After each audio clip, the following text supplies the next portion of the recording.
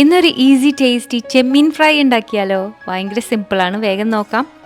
അപ്പോൾ 1/2 കിലോ ചെമ്മീന് വേണ്ടിയിട്ടുള്ള ഇൻഗ്രീഡിയൻസ് ആണ് പറയുന്നത്. 2 ടീസ്പൂൺ വെളുത്തുള്ളി ചതച്ചത് വേണം, പിന്നെ ഇഞ്ചി ചതച്ചത് 1 ടേബിൾ സ്പൂണും 1 ടീസ്പൂണും വേണം. ചെറിയ ഉള്ളി 4 എണ്ണം, വലിയ സൈസ് ഉള്ളതാണ്, അത് അരിഞ്ഞു വെക്കാം. അപ്പോൾ ഇത് 1/2 കിലോ ചെമ്മീനാണ്. നന്നായി ക്ലീൻ ചെയ്തതിന് ശേഷം ഒത്തിരി മഞ്ഞളിട്ടിട്ട് ഒന്നും കൂടി കഴുകി. ചെമ്മീനിൽ വെള്ളം അധികം ഇല്ല കേട്ടോ, അത് ഒരു മൺചട്ടിയിലേക്ക് ആഡ് ചെയ്യാം. 1/4 ടീസ്പൂൺ മഞ്ഞൾപ്പൊടി, 3/4 ടീസ്പൂൺ ഉപ്പ്, അല്ലെങ്കിൽ ടേസ്റ്റിനനുസരിച്ച്. പിന്നെ ഇഞ്ചി 1 ടേബിൾ സ്പൂൺ ഇപ്പോൾ ചേർക്കാം. 1 ടീസ്പൂൺ കാശ്മീരി മുളക് പൊടിയും. ഇതെല്ലാം കൂടി തിരുമ്പി ഒരു 10 മിനിറ്റ് മാറ്റി വയ്ക്കാം. ഇതിന് ശേഷം ഇതിലേക്ക് 2 ടേബിൾ സ്പൂണോളം വെള്ളം, ആദ്യം 1 ടേബിൾ സ്പൂൺ ഒഴിച്ചാൽ മതി, നോക്കിയിട്ട് ഒഴിക്കാം. എന്നിട്ട് ചെറുതായി ഒന്ന് ചൂടാക്കി കൊണ്ടുവരാം. വെള്ളം തീരെ കൂടുതൽ ഒഴിക്കരുത്, ഈ വെള്ളം മുഴുവൻ വറ്റി വരാനുള്ളതാണ്. അപ്പോൾ ഇടയ്ക്ക് ഇളക്കി കൊടുത്ത് മീഡിയം ഫ്ലെയിമിൽ ആ വെള്ളം മുഴുവൻ വറ്റി വരുന്നവരെ. ഈ ഒരു പരിവായതിന് ശേഷം നമുക്കിത് ഇറക്കി വയ്ക്കാം.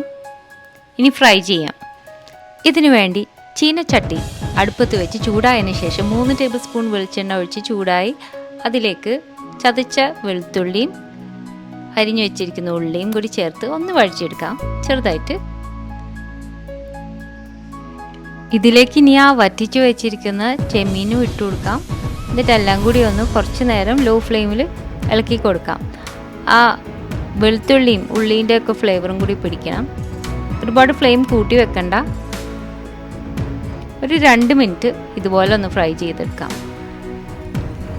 അതിനുശേഷം 1 ടീസ്പൂണും കൂടി കാശ്മീരി മുളക് പൊടി ചേർത്ത് കൊടുക്കാം. പിന്നെ ആ മാറ്റി വെച്ചിരിക്കുന്ന 1 ടീസ്പൂൺ ഇഞ്ചി ഇപ്പോഴാണ് ചേർത്ത് കൊടുക്കുന്നത്. അതിൻ്റെ ഒപ്പം 1 കൈപ്പിടി കറിവേപ്പില.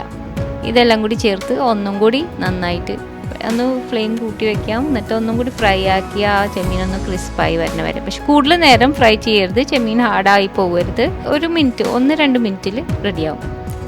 അങ്ങനെ എളുപ്പത്തിൽ ഉണ്ടാക്കുന്ന ഒരു ഈസി ടേസ്റ്റി ചെമ്മീൻ ഫ്രൈ റെഡി ആയിട്ടുണ്ട്. ചോറിൻ്റെ കൂടെ കൂട്ടി കഴിച്ച് നോക്ക്. റെസിപ്പി വീഡിയോ ഇഷ്ടമാണെങ്കിൽ ഒന്ന് ലൈക്ക് ചെയ്യാനും കമൻറ്റ് ചെയ്യാനും, പറ്റുകയാണെങ്കിൽ ഒന്ന് ഷെയർ ചെയ്യാനും മറക്കരുത്. അടുത്ത പ്രാവശ്യം ഒരു റെസിപ്പി വീഡിയോ ആയിട്ട് കാണാം. Thanks for watching. Bye from Shana.